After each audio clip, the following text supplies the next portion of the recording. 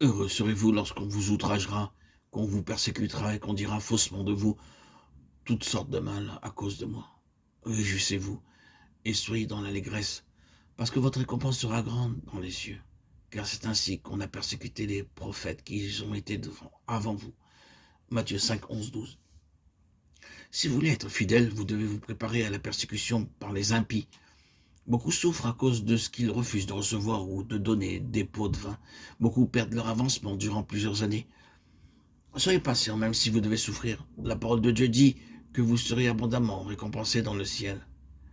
Quelques chrétiens mettent un tilakam, une marque religieuse hindoue sur leur front. Ils ont honte d'être appelés chrétiens. Ils aiment s'identifier aux hindous. Pendant les émeutes à Karachi au Pakistan, une chrétienne portant cette marque sur son front fut vue par un musulman. Il pensa qu'elle était hindoue et s'approcha pour la tuer. La femme s'écria « Je suis chrétienne, je suis chrétienne !» Il demanda « Êtes-vous chrétienne? Alors pourquoi cette marque sur votre front ?» Elle porta immédiatement sa main à la langue et effaça cette marque. Beaucoup de chrétiens ont honte du nom du Seigneur Jésus-Christ. Ils ont peur de souffrir la persécution. Il en résulte que leur vie est stérile, honteuse et corrompue. Que le Seigneur nous prépare un bon sel qui non seulement donne du goût, mais qui manifeste une grâce et une compassion abondante pour notre entourage.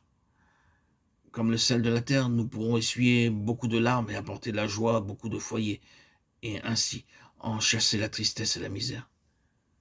Dieu vous appelle à un tel ministère. Si vous vous humiliez et confessez vos péchés, le Seigneur Jésus vous lavera dans son sang et vous donnera une vie nouvelle. Avec cette vie, vous pouvez devenir comme le sel, donnant toujours un goût nouveau, une vie nouvelle et une nouvelle bénédiction, où que vous alliez. Ne crains point, je suis le premier, le dernier et le vivant. J'étais mort et voici, je suis vivant au siècle des siècles. Je tiens les clés de la mort et du séjour des morts. Apocalypse 1, 17, 18. Le premier chapitre du livre de l'Apocalypse montre la gloire du Seigneur Jésus-Christ comme notre grand souverain, sacrificateur éternel. Ce livre contient le message de la restauration spirituelle.